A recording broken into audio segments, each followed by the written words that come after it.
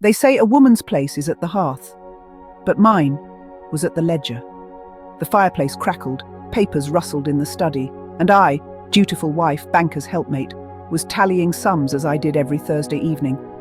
I thought I knew every decimal in my husband's world, every penny earned, every dollar spent, until the day I discovered the one figure I never calculated, the cost of betrayal. Hidden between pages of dividends and interest columns was a letter, written in lilac ink, from a woman who wasn't me. I thought it was a misfile. I thought, surely it belonged elsewhere. But when I found the second one, folded tenderly behind the month of March, I knew. That night my marriage bled ink. This is the story of the banker's ledger. And I am just one of the women who knew. It was a Thursday. I remember because the linens had just come back from the starch house and the housekeeper had boiled lavender water for the parlour cushions. My husband had asked me to review the spring quarter's accounts. Nothing unusual.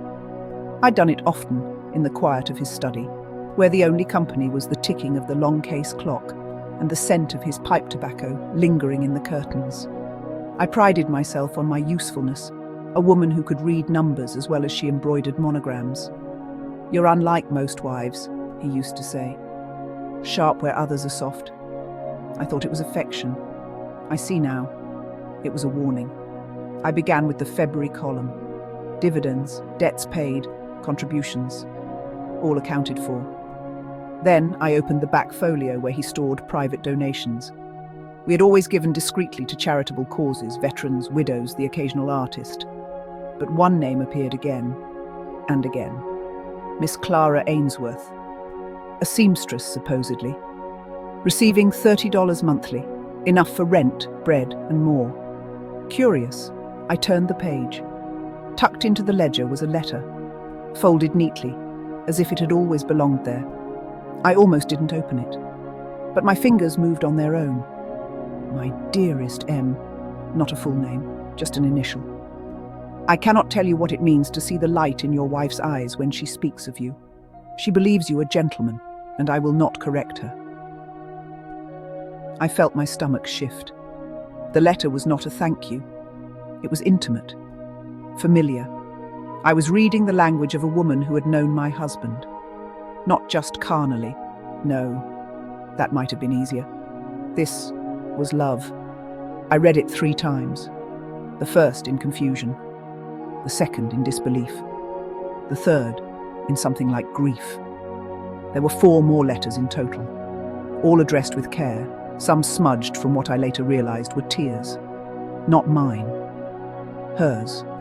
She wrote of how the girl was growing, how her curls had deepened to the same shade as his.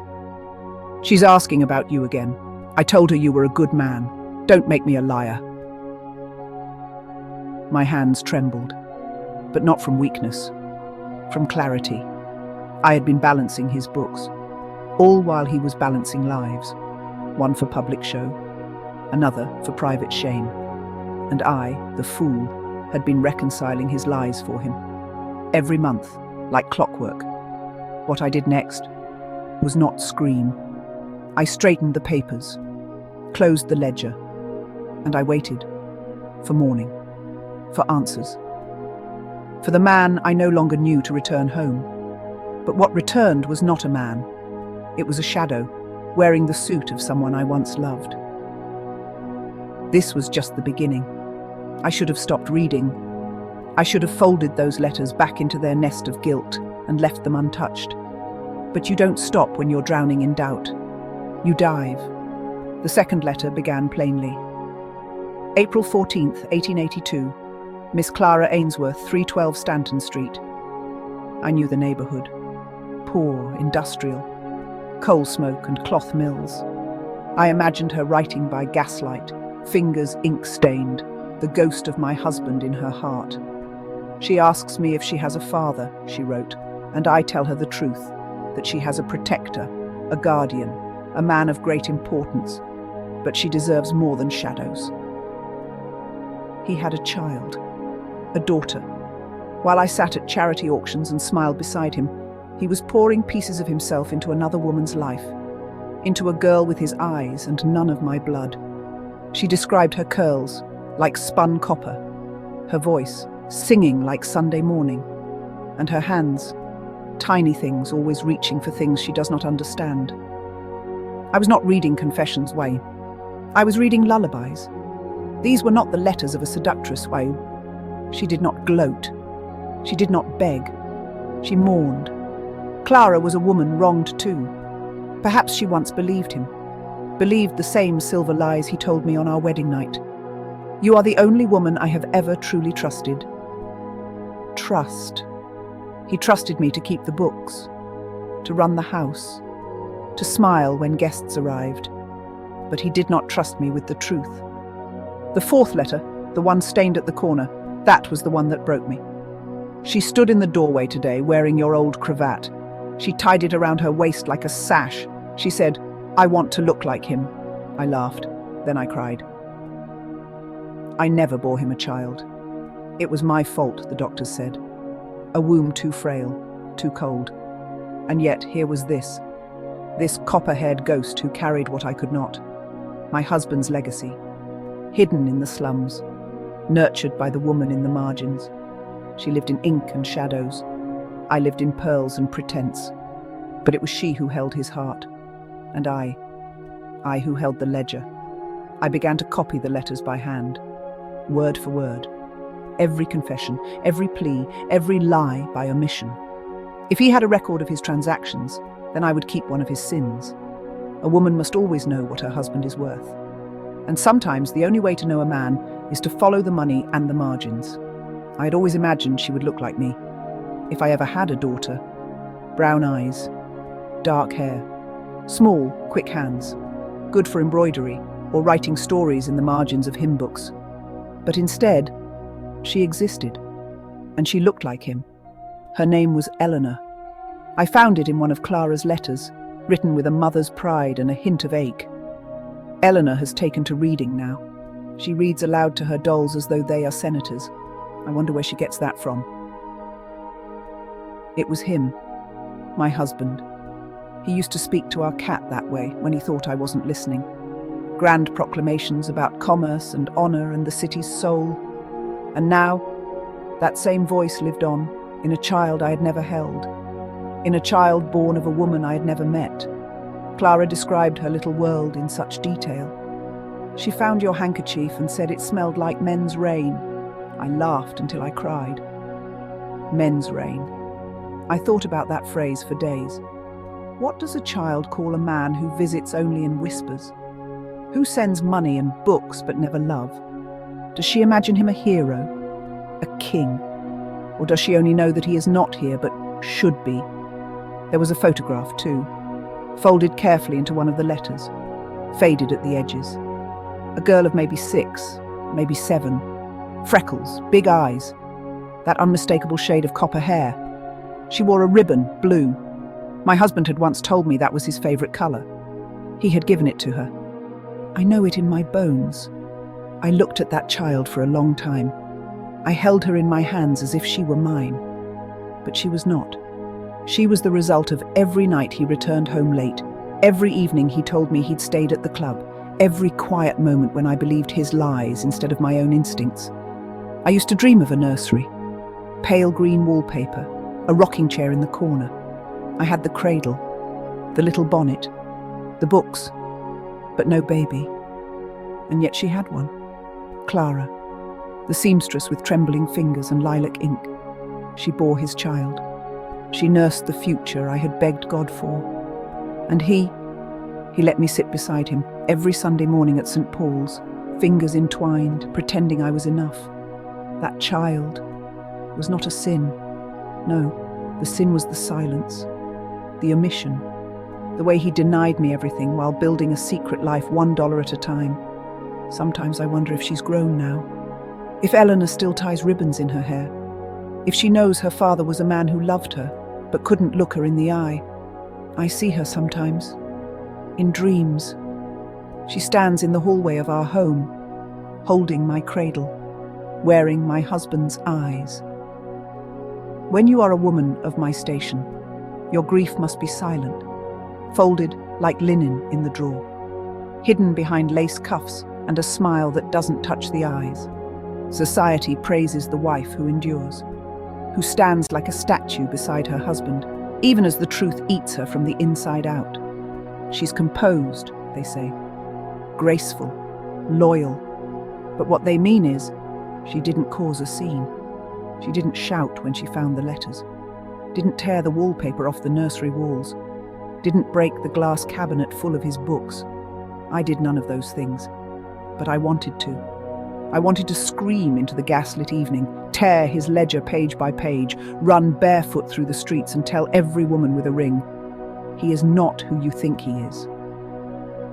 I wanted to confront her, to stand at her doorstep on Stanton Street and say, give me back what you took, the child, the secrets, the love that was promised to me.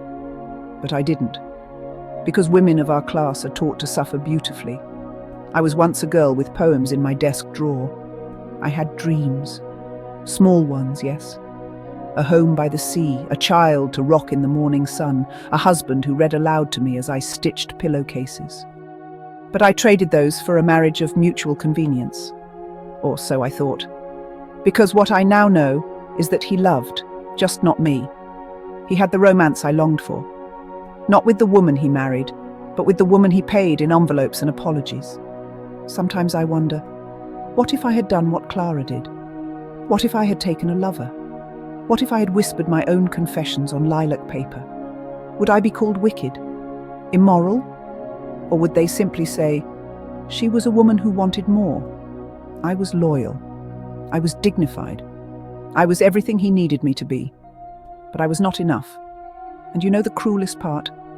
He will be remembered fondly, as a banker, a philanthropist, a gentleman. I will be remembered as his wife, a footnote in his legacy. My name recorded on the back of dinner place cards, on the invitation lists, in the obituaries, right below his. But this story, this is mine. The story of the life I didn't live because I was too busy surviving the one he chose for me. The thing about New York society is, it never says your name directly. It murmurs. It implies. It raises a teacup just high enough to hide the smirk. And the moment I found out that I was the last to know was not in my husband's study. It was at Mrs. Wentworth's luncheon, May 1884. The table was set with lemon tarts and sugared violets. The conversation, small talk, stocks, spring hats, until one of the women, Louisa Chambers, brittle as a biscuit. I always admired how discreet your husband was with his patronage. I asked her what she meant. She smiled, that tight, sympathetic smile women wear when they already know you've been played. Oh, darling, everyone knows. He's rather generous with a certain seamstress on Stanton Street. Quite the little arrangement. I remember the weight of my fork, the sound of a bee humming against the window pane, and the silence that fell when I didn't respond. They were watching me, not because they pitied me, but because they wanted to see what I would do. The men at the clubs had known. The wives, too. It had been printed in the Herald's finance gossip column, tucked between speculation on copper prices and a blurb about a missing heiress. A certain gentleman of Broad Street, known for his generosity and taste for tailored companionship, continues his benevolence in the Lower East Side. The city watches with interest. Tailored companionship. That's what they called her. I went home that night, opened the paper archives we kept for business tracking, and searched the last year's worth of whispers. He was in 8 separate mentions. Never named, of course, just enough to suggest. Just enough to humiliate. Every month he smiled beside me at galas, tipped his hat to reverends, spoke of upstanding conduct to the mayor's wife, and every month another envelope, another letter, another secret visit to a home that was not ours. He was building a second life, and the city didn't stop him. They applauded. I thought betrayal was a private thing. But no, it was public, branded in society pages, woven into gossip, passed around parlours like petits fours. And I played the fool, smiling, pouring tea, handing out calling cards with a name I no longer recognised. Do you know what it feels like to be the last person to realize your marriage is a play and you are the only one who believed the script? He humiliated me. Not with his affair, but with the way he let me walk through fire and told the world to enjoy the show. I stopped being his wife that day. I remained in name. But inside, something else woke up. The ledger was his. But the story? That's mine. I did not confront him in the heat of rage. I waited. I waited for the right moment, when the house was quiet, when the lamps were lit, when his lies would echo in the silence like gunshots in a cathedral. It was a Thursday. How poetic. He came in smelling of cigars and salt air, said he'd had a meeting at the harbour, some nonsense about shipping bonds and dock delays. I listened, smiled, poured his drink. "Before you sit," I said, "you've missed a few entries in your ledger." He stopped, looked at me, curious then cautious. "What do you mean?" I handed him the envelope, not the originals.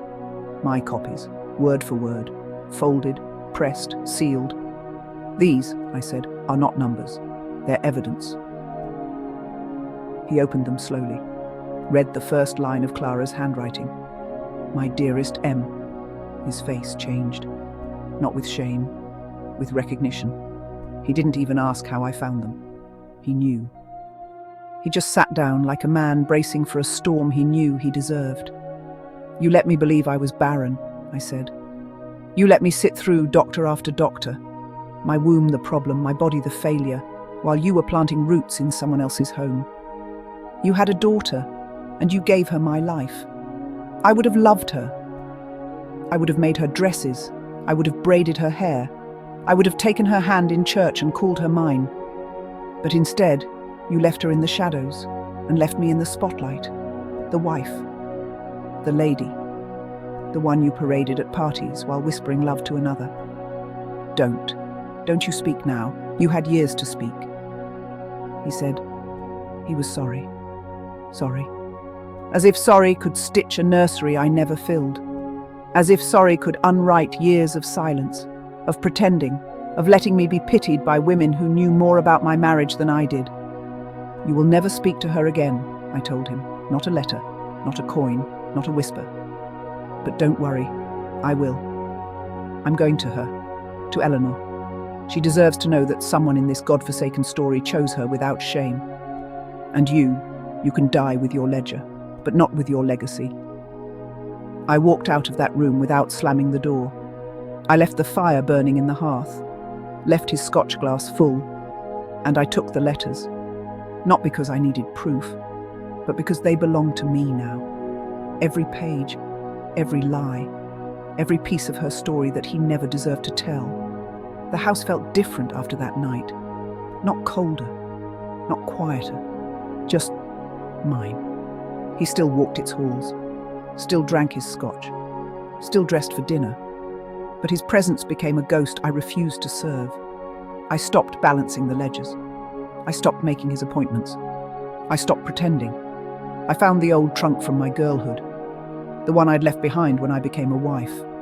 Inside, a pressed flower between a book of poetry, a half-finished essay, a letter to no one, where I'd written, "If I am to live a life worth writing about, it must be one I choose." I had forgotten that girl, but she had waited for me. I made arrangements. Quietly, carefully. I sold a portion of my inheritance, not his, and rented a small cottage by the Hudson River. Modest, sunlit, a garden of my own. And then, I wrote to Clara. A real letter. No anger. Just truth. "You do not know me, but I have read your words, and I have felt your ache as if it were my own. I do not hate you, I do not blame you. You were not the one who lied to me. Eleanor deserves more than silence, and so do we." I included a return address. I did not know if she'd reply. She did, 2 weeks later, in careful handwriting, a single sentence. "She would like to meet you." So I went. I brought her a doll, one my mother gave me, stitched in ivory lace. I had imagined the moment 1,000 times, how she might look, how she might flinch, how she might ask. But she didn't. She just looked up at me, with those storm-colored eyes, and said, "You smell like lavender." I told her I used to wear it when I dreamed I might be a mother. There are things the ledger never recorded. The ache of longing, the quiet humiliation, the softness of forgiveness. There was no line item for grief, no column for rage, no notation for lost futures or futures unexpectedly found. My husband built a life in ink. I built one in truth. And though the city may remember him for his banking, for his donations, for his deception dressed in velvet, I will be remembered by the girl who opened the door and saw a woman who chose to show up anyway. I once believed my story was a tragedy. A woman married to a man who smiled with his lips and lied with his hands. A woman whose name was spoken only in connection to his. But that was before I learned the truth. I am not a footnote in his legacy. I am the author of my own. There are women like me in every city, every century. The ones who hosted the dinners, bore the silence, and buried their instincts beneath corsets and etiquette. The ones who smelled perfume on a collar and convinced themselves it was mistaken. The ones who held the child of another woman and wished it had come from their own womb. These are the women history forgets. The women they called strong when what they meant was silent. The ones who knew and stayed, or the ones who knew and walked away without slamming the door. And so, if you're listening, if you've ever looked at a man you loved and felt something unspoken unravel inside you, you're not crazy, you're not alone, and you are not the first. Welcome to the channel, The Women Who Knew. We are not here to burn down houses. We are here to tell the truth about the rooms we once lived in,